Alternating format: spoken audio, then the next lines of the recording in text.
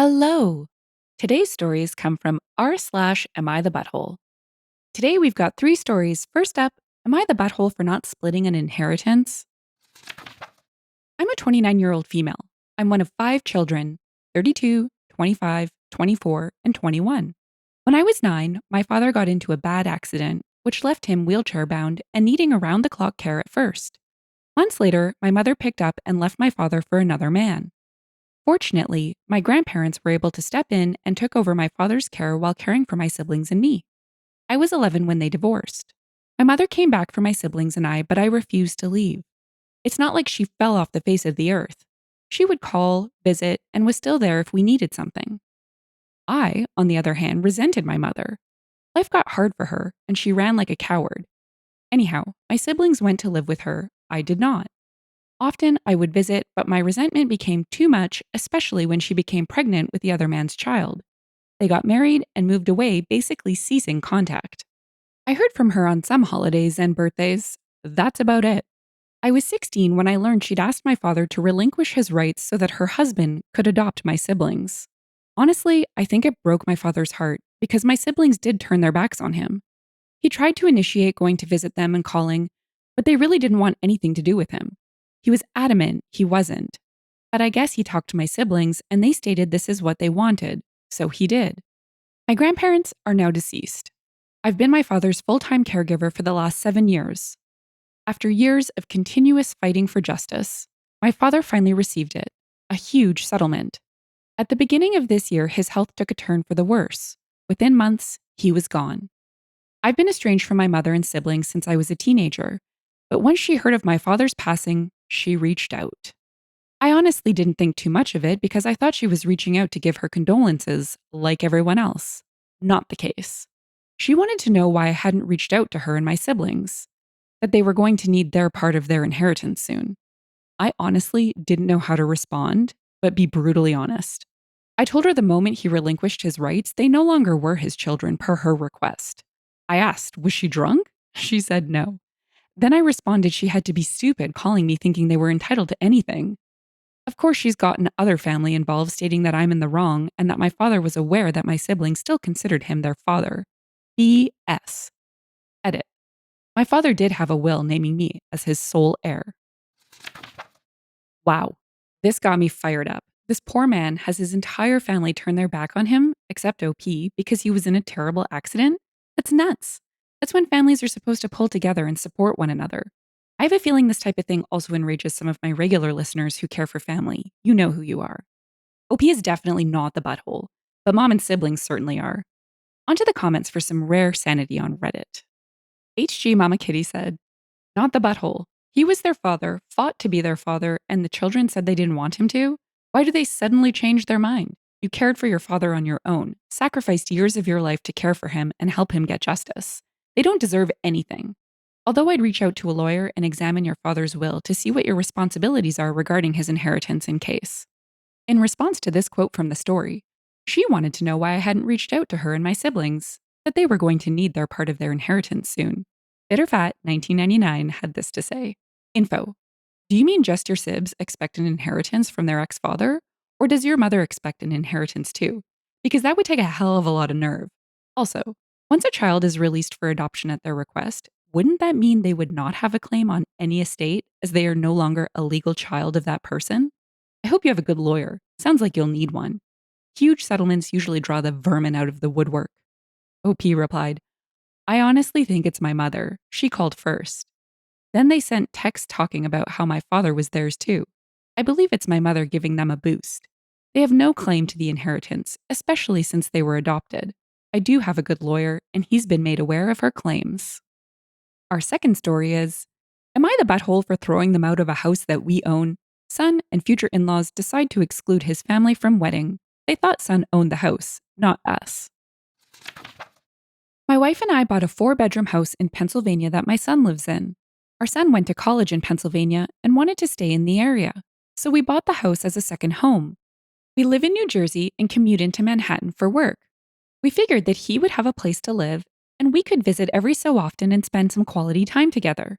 We pay the taxes and services and maintenance on the house. Our son pays for his groceries and the house utilities. All was going well for a few years. Our son meets a girl and they get serious. We met her, and she seems nice enough. They announce their engagement and she moves into the house with our son. Now for the problem, the wedding. We hold a little get to know you barbecue at the Pennsylvania house. My son and daughter are there, as are our son's fiance and her parents and sisters. We all seem to be getting along well. My wife, daughter, and the fiance go into the house along with her mother and sisters and my son. A few minutes later, my wife and daughter come out and are really upset. They come over and tell me we're leaving and driving back to New Jersey. I try to find out what happened. Once we get back to New Jersey and they calm down, they tell me that our son and his fiancée, along with her family, don't want us at the wedding. According to what I was told, we're not their kind of people. I was livid. I called my son and asked him what the heck this was about. He tells me that her family feel that we are not good enough and will embarrass them at a family wedding and that we are all uninvited from the wedding. I let a week go by to calm myself down and drive back to the Pennsylvania house. The new future in laws are in the house along with the fiancé. It appears that they all moved into the house. They ask me why I'm there. I tell them that since we aren't invited to the wedding, I was coming over to talk to my son. They tell me to leave their house. I lost it and told them that they had 30 days to get out. Tell my son I'm selling the house and he could find somewhere else to live with all of you. I go to a realtor in town and list the house for sale. They call my son at work and tell him what I said. Apparently, they thought that he owned the house. He calls me and asks why I'm selling his house. I tell him I paid for it along with the taxes on it and it is mine. He was living there rent free, but since he doesn't want us in his new life, he has to get out. I tell him the same as I told his future in laws they have 30 days to get out, then I'll get a lawyer and get them evicted. Am I the butthole for taking a hard stance on this? He is my son, but the in laws seem to take over and we no longer count. Not the butthole. This is absolutely ridiculous. This level of judgment and exclusion on the part of the in laws is bad enough. The son not showing any appreciation or gratitude for the generosity of his parents is next level. It's shocking. The son better be good with his money, because his free ride is over. Let's see what others had to say in the top comments. Shooter said, "Not the butthole. I actually find it hilarious. He is so entitled to the house. He didn't even expect you to take it back after his actions. I believe this is exactly the reality check he needed." Someone else replied, "Son is seriously one of the dumbest people I've ever seen on here. How do you fumble the bag so badly?" Marauder added, "Oh, he's even dumber than you might think. Because honestly, this seems like the new family is just trying to alienate him from his own family, all while taking advantage of him. They think OP and his family might embarrass him, yet they moved in with their future son-in-law? He's being milked for what he's worth here." Pepper Pat said, "Not the butthole. They all moved into your house? That's so bizarre. Tell them they're not your kind of people, aka squatters." In response to, "They all moved into your house," Hibiscus added, "and had the audacity to say OP and family are not good enough. Ha! Son is really being isolated." Fallen Star replied, "Wouldn't surprise me if the son got dumped. Sounds like not our kind of people meant not rich enough." Our third story is a doozy, and it has an update. Am I the butthole for telling my niece why I kept a distance from her and her parents growing up? I'm a 42-year-old male, and I have a niece, Lily, who's 18. Lily is the result of an affair my ex-fiancé had with my brother while we were still together. I was led to believe Lily was mine throughout the entire pregnancy and almost signed her birth certificate before my ex confessed, out of guilt, that Lily was probably my brother's. We did a DNA test, and Lily wasn't mine. During my teens, I got into an accident which left me infertile. The doctor said my chances of fathering a child were slim to non existent. So you can imagine how crushed I felt when I discovered that not only I'm not going to be a father, but I was also betrayed by two people I loved.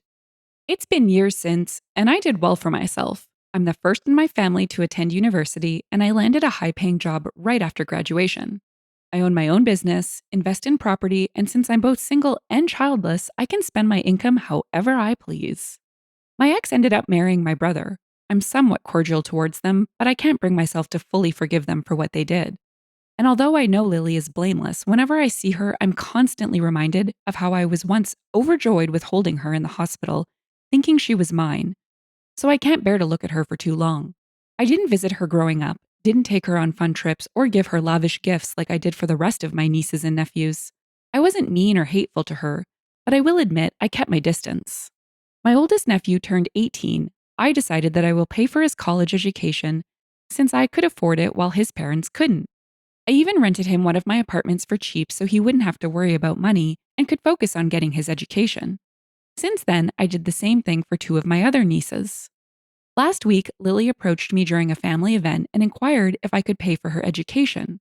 I told her no. She then called me a jerk and asked why I was so distant towards her and her parents to the point where I couldn't even do her the same favor I did for the rest of her cousins. I told her that her parents have enough money to afford her education and asked her how she could possibly expect me to be okay with watching my ex and brother, who had an affair behind my back, play happy family in front of me. After that, Lily got quiet for the rest of the event and left early. I later got a call from my ex yelling at me for ruining her family.